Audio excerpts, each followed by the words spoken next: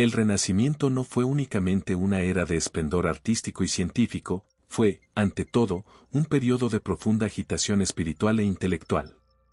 Detrás de los lienzos de los maestros y los cálculos de los astrónomos, latía un mundo donde la magia, la filosofía y la religión estaban intrínsecamente entrelazadas, formando un tapiz complejo de aspiraciones sublimes y temores primordiales. Esta época vibraba con una tensión fundamental. Por un lado, una élite de magos filósofos, hombres como Marsilio Ficino y Giovanni Pico della Mirandola, se embarcó en una ambiciosa búsqueda de conocimiento divino, convencidos de que podían descifrar los secretos del universo y armonizar el alma humana con el cosmos. Por otro lado, un miedo generalizado a las fuerzas demoníacas recorría la sociedad, culminando en la brutal persecución de la magia baja y la brujería, vista como una amenaza directa al orden divino. En el centro de esta encrucijada, como un enigma viviente, se alza la figura de Leonardo da Vinci, cuyo genio universal sirve como el perfecto punto de partida para explorar este fascinante y turbulento mundo oculto. Leonardo da Vinci, el genio y su sombra conspirativa. Comenzar este recorrido con Leonardo da Vinci es una elección estratégica. Su figura, universalmente reconocida como el arquetipo del genio renacentista, funciona como un puente entre la historia oficial del arte y la ciencia, y su faceta más misteriosa y especulativa.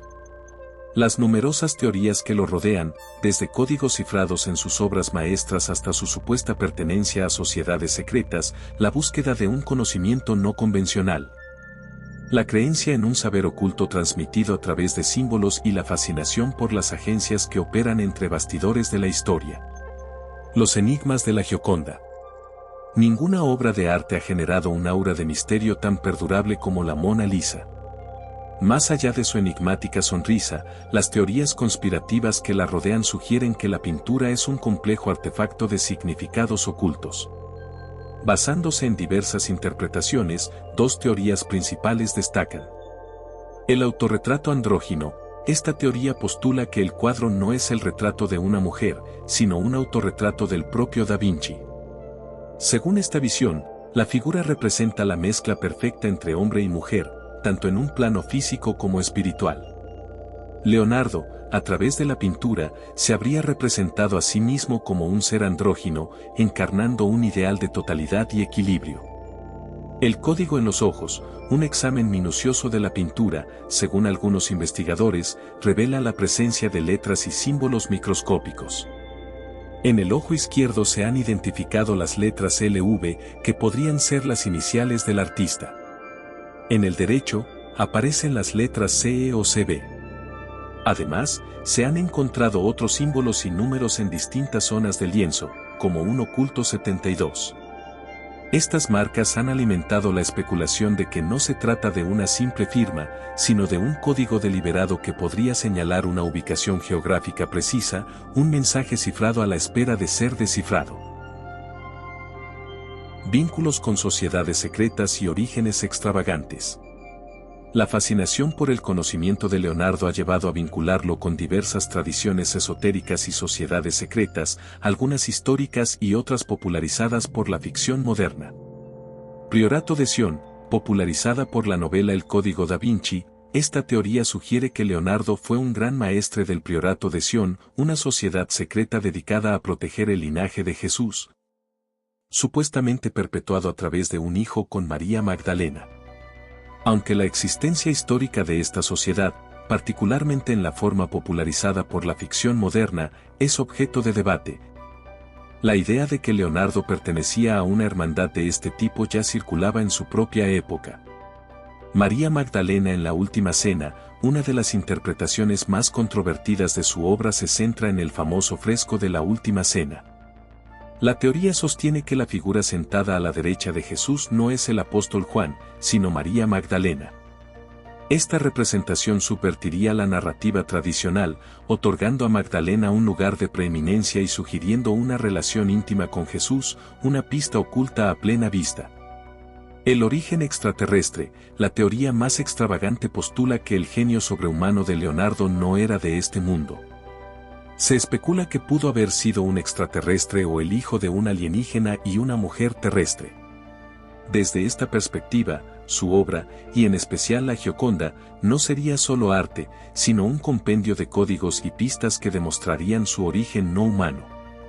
El aura de misterio que rodea a Leonardo no es una anomalía, sino el reflejo de una corriente intelectual mucho más profunda y estructurada en el Renacimiento. Una búsqueda activa de una sabiduría perdida que prometía desvelar los secretos divinos del universo.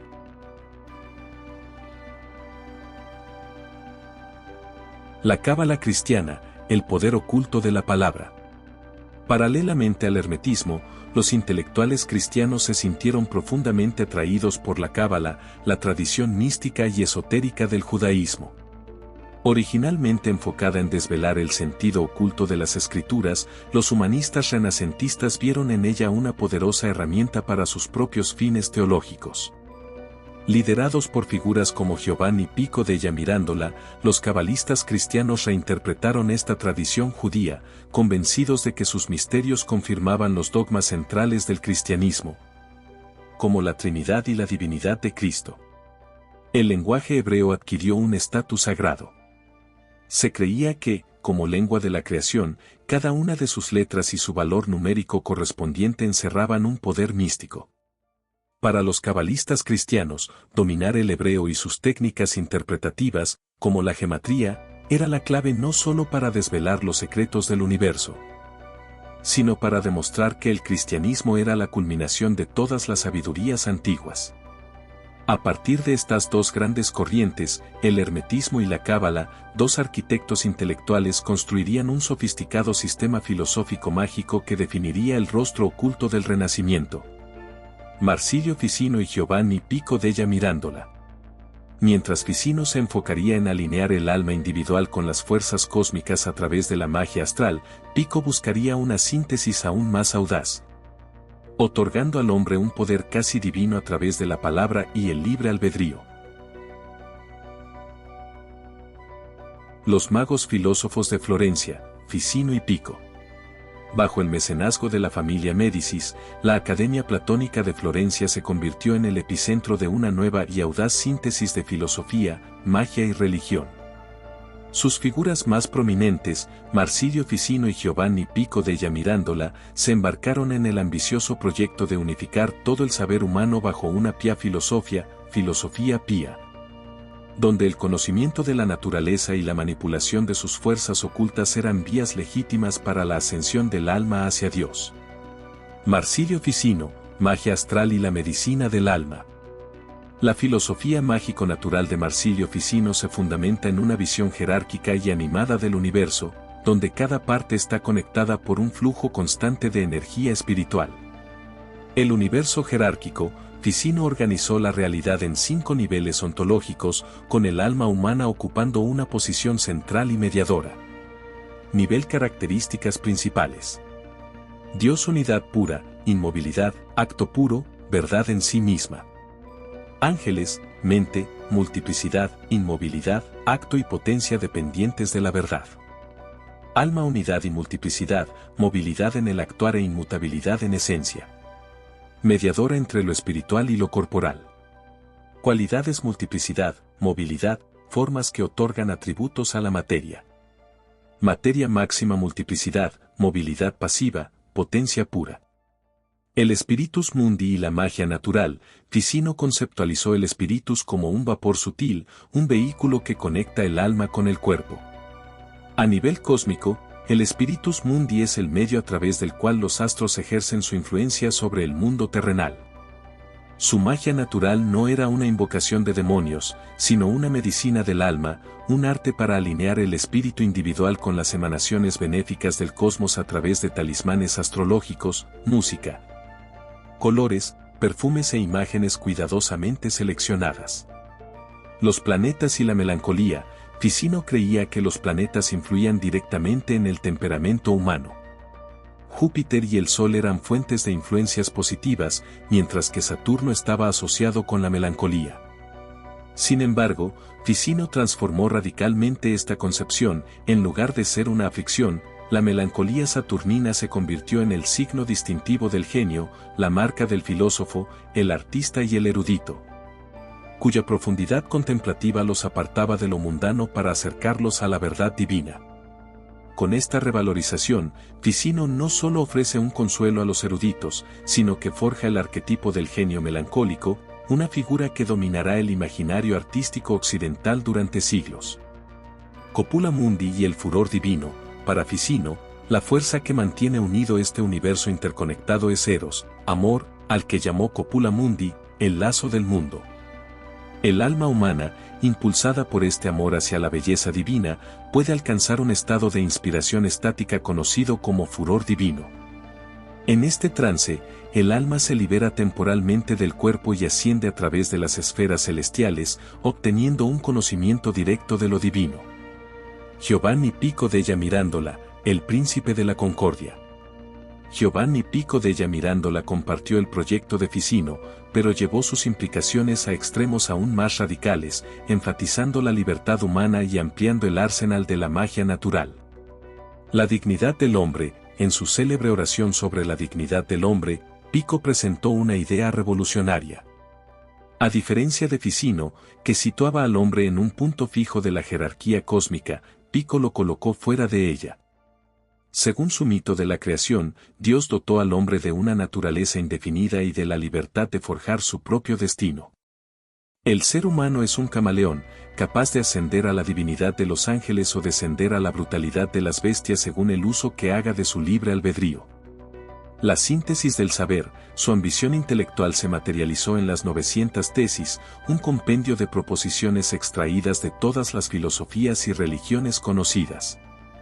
Su objetivo era debatir públicamente estas tesis en Roma para demostrar la concordia fundamental de todo el saber humano, que, en su opinión, convergía en la verdad del cristianismo. Magia y cábala como ciencia suprema, Pico estableció una distinción crucial entre dos tipos de magia, que resultaría fundamental para legitimar su práctica.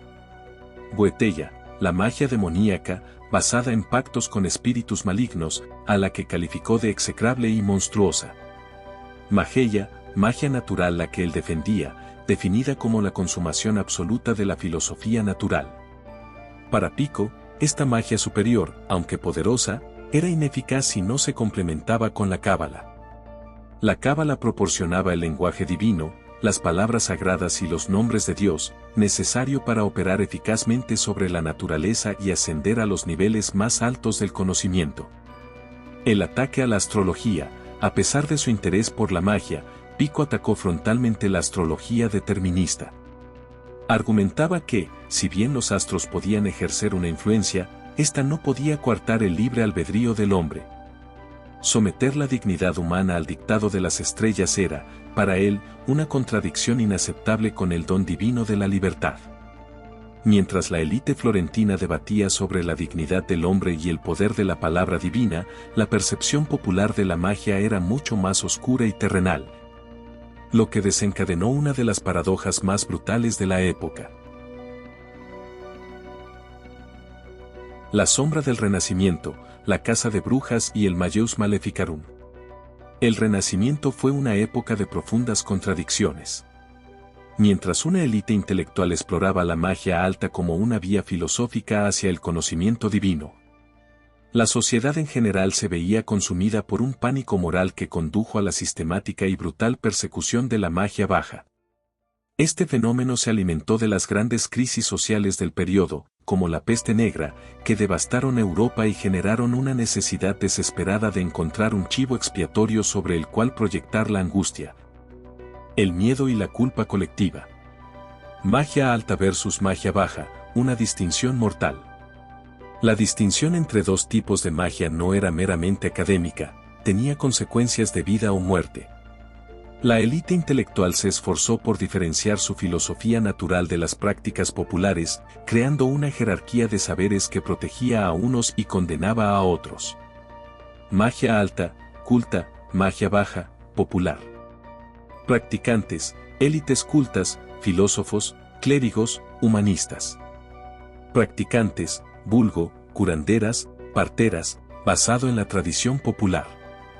Fundamento, soporte teórico sólido, neoplatonismo, hermetismo, cábala. Fundamento, respaldo empírico y tradicional, sin un corpus teórico complejo.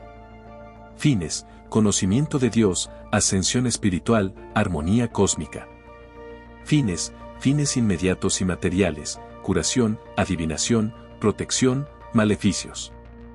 Percepción: tolerada, a menudo vista como la forma más alta de filosofía natural. Percepción: considerada ilícita, herética y fundamentalmente demoníaca. El Manual del Perseguidor, Majus Maleficarum. Encomendado por el Papa Inocencio VIII en 1484 y publicado 2 años después por los inquisidores dominicos Cramer y Sprenger, el Majus Maleficarum, el martillo de las brujas.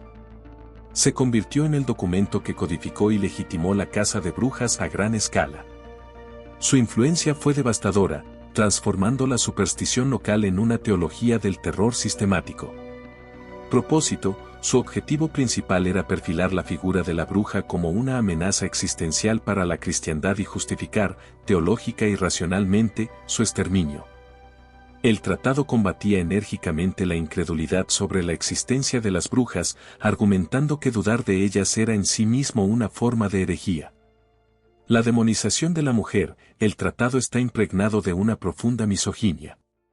Sus autores argumentan que las mujeres son más propensas a la brujería debido a su supuesta debilidad de fe y su naturaleza carnal. Citan la etimología de la palabra fémina como derivada de fe y ninus, la que tiene menos fe. Afirman que la pasión carnal es insaciable en las mujeres, lo que las convierte en presas fáciles para las tentaciones del diablo. El pacto con el diablo: el Majus consolidó la idea más terrorífica asociada a la brujería: el pacto explícito con el diablo. La bruja ya no era simplemente alguien que realizaba maleficios, sino una apóstata que renegaba de la fe cristiana y se entregaba en cuerpo y alma a Satanás. Este pacto se sellaba, según el texto, en reuniones nocturnas conocidas como sabbats, donde se realizaban actos perversos como el canibalismo de niños y la fornicación con demonios. La violenta supresión de esta forma de saber otro, demonizada y perseguida, sentó las bases para la hegemonía de una nueva forma de razón que, en los siglos venideros, negaría todo aquello que no entrara en sus estrechos márgenes, un conflicto entre el conocimiento oficial y el saber oculto que sigue resonando en la actualidad. El legado ambiguo y el origen de la conspiración moderna. El Renacimiento se nos revela, finalmente, como una era de una dualidad asombrosa, un tiempo de extraordinaria creatividad intelectual y audacia espiritual que convivió, paradójicamente, con una brutal intolerancia y una profunda ansiedad. Fue la cuna del Homo Universale, pero también el horno donde se forjó el Majus Maleficarum. Esta tensión no es una simple contradicción, sino la clave para entender un legado profundo y ambiguo que llega hasta nuestros días. La mentalidad renacentista, con su fascinación por los códigos ocultos de Leonardo, las correspondencias cósmicas de Ficino y las teologías secretas de Pico, representa una forma particular de mapeo cognitivo. Es un esfuerzo por encontrar patrones y agencias invisibles para dar sentido a un mundo en plena transformación. La creencia de que todo está conectado, ya sea por el Spiritus Mundi, el poder del lenguaje divino o los designios de una sociedad secreta, es el motor de su filosofía oculta. Este mismo impulso cognitivo es el que anima el estilo paranoico y la lógica de las teorías de la conspiración modernas. La búsqueda de una historia detrás de la historia, la convicción de que los eventos no son producto del azar sino el resultado de un plan deliberado, es el legado más duradero y problemático de esta época. Ya sea que ese plan se atribuya a la providencia divina, a la influencia de los astros o al complot de una élite secreta, la estructura mental es la misma. El Renacimiento no solo nos legó obras de arte inmortales y los cimientos de la ciencia moderna, también nos heredó una forma de interpretar la complejidad que, aunque ha mutado en sus agentes y símbolos, no ha desaparecido. La sospecha de que la verdad siempre está en otra parte, oculta a plena vista.